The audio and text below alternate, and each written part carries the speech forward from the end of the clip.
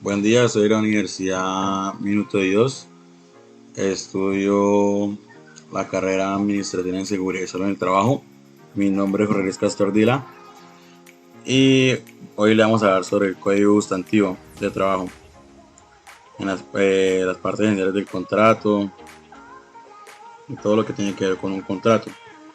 Presentando a mis compañeros: Julia Alejandra Ortega Sanabria, Ángel Camilo Parrado Casanova, Karen Lisech Sánchez y quien les habla, Luis Castro. Bueno, teniendo en cuenta el Código Sustantivo de Trabajo, el artículo 23, elementos esenciales. Para que haya contrato de trabajo se requiere que concurran esos tres elementos esenciales. La actividad personal del trabajador, es decir, realizada por sí mismo. En todo contrato de trabajo tiene que decir que va a ejercer el trabajador en dicha empresa. Tiene que tener claridad de lo que va a hacer, pues para sí mismo tener algo pactado en eso. Segundo, la continuidad, subordinación o dependencia del trabajador respecto del empleador, que faculta este para exigirle el cumplimiento de órdenes en cualquier momento en cuanto al modo, tiempo, cantidad de trabajo, e imponerle reglamentos, la cual debe mantenerse por todo el tiempo de duración del contrato, todo ello sin que afecte el honor, la dignidad y los derechos mínimos del trabajador, en concordancia con los tratados o convenios internacionales que sobre derechos humanos relativos a las materias que obliguen al país. En esto hablamos de que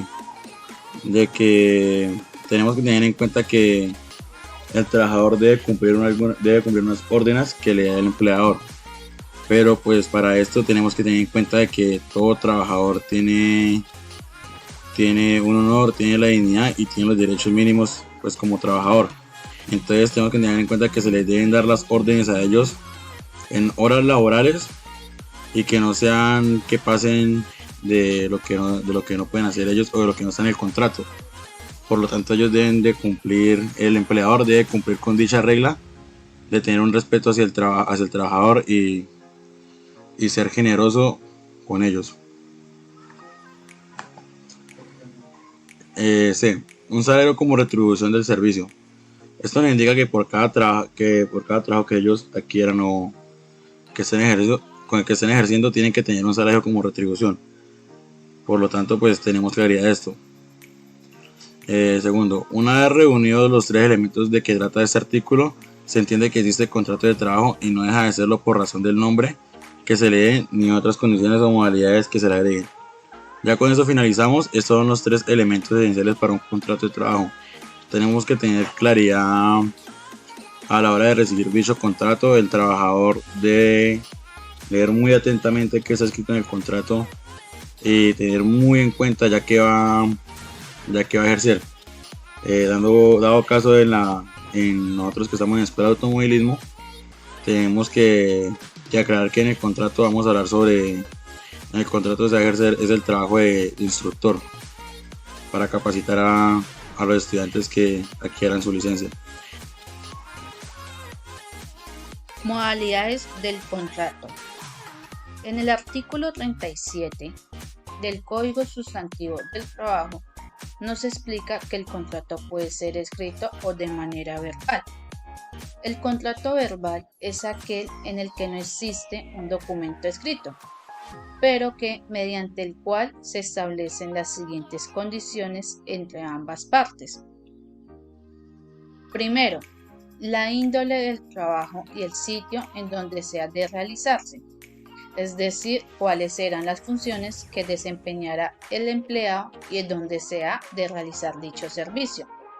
La cuantía y forma de remuneración, ya sea por unidad de tiempo, por obra ejecutada, por tarea o otro cualquiera, y los periodos que regulen su pago.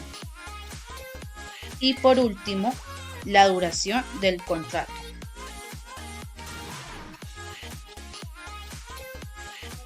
El contrato escrito está regulado por el artículo 39 del Código Sustantivo del Trabajo, el cual dispone que todo lo que se acuerde debe quedar establecido en un documento. Dicho documento que será firmado por ambas partes. En el caso de la empresa Condumeta SAS, su contrato es escrito con un acuerdo de confidencialidad, generando más confianza al empleado y a la empresa, mediante el cual se les establece las siguientes condiciones o se les da a conocer las partes del contrato, que son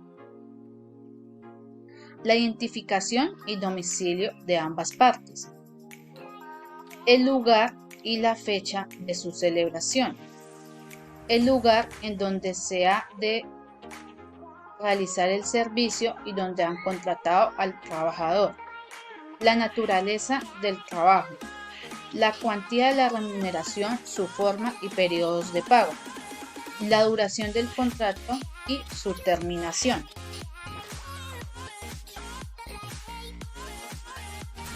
Teniendo en cuenta las formas del contrato, su duración puede ser a término fijo, por tiempo de realización de una obra o labor, para trabajos ocasionales o transitorios. Este último no se excede de un mes, siendo actividades distintas a las que se ha de realizar normalmente en la empresa. El contrato a término fijo se consta siempre por escrito y su duración no debe de ser superior a 3 años. Volviendo al caso de Condumeta SAS, su contrato es a término fijo, por el cual tiene una renovación de cada 3 meses.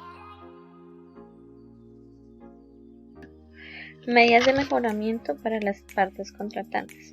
Para la parte del empleador, el reconocimiento del tiempo extra laborado y los recargos, el cumplimiento con las fechas establecidas de remuneración, bien sea semanal, quincenal o mensual, bien sea como se pactó a inicios del contrato. En Condumeta es un pago mensual. Brindar al trabajador la oportunidad de demostrar la capacidad de desempeño en su labor. La empresa Condumeta SAS incentiva mucho a los trabajadores a que se desempeñen en diferentes áreas, bien sea los profesores pueden ser teóricos o prácticos. Suministrar los elementos de protección personal, brindarle la dotación suficiente durante el año y la seguridad social completa. Por parte del empleado, cumplir con los horarios y las actividades por las cuales fueron contratados, cumplir con el reglamento interno del trabajo, obviamente ellos deben conocerlo, la satisfacción de ambas partes en la relación laboral, es decir, por lo menos en Condumeta logramos evidenciar un buen ambiente laboral junto al grupo de trabajadores con los jefes, informar anomalías o malos manejos de los compañeros, obviamente con soportes, y generar interés hacia su trabajo y funciones correspondientes. Artículo 50. Habla sobre la revisión. Todo contrato de trabajo es revisable cuando quiera que sobrevenga imprevisibles y graves alteraciones de la normalidad económica. Cuando no haya acuerdo entre las partes acerca de la existencia de tales alteraciones, corresponde al de la justicia del trabajo decidir sobre ella, y mientras tanto el contrato sigue con todo su vigor. En el artículo 51 habla todo acerca de suspensión. El contrato de trabajo se suspende, primero, por fuerza mayor o caso fortuito que temporalmente impida su ejecución. Segundo, por la muerte o la inhabilidad del empleador cuando éste sea una persona natural y cuando ello traiga como consecuencia necesaria y directa la suspensión temporal del trabajo. Tercero, por suspensión de actividades o clausura temporal de la empresa, establecimiento o negocio en todo o en parte hasta 120 días. Razones técnicas o económicas u otras independientes de la voluntad del empleador. Cuarto, por licencia o permiso temporal concedido por el empleador al trabajador o por suspensión disciplinaria. Quinta, por ser llamado el trabajador a prestar el servicio militar. Sexto, por detención preventiva del trabajador o por arresto correccional que no exceda de 8 días por cuya causa no justifique la extinción del contrato. Y último, por huelga declarada en la forma prevista en la ley. En el artículo 54, que habla todo sobre prueba del contrato, Dice que la existencia y condiciones del contrato pueden acreditarse por los medios probatorios ordinarios.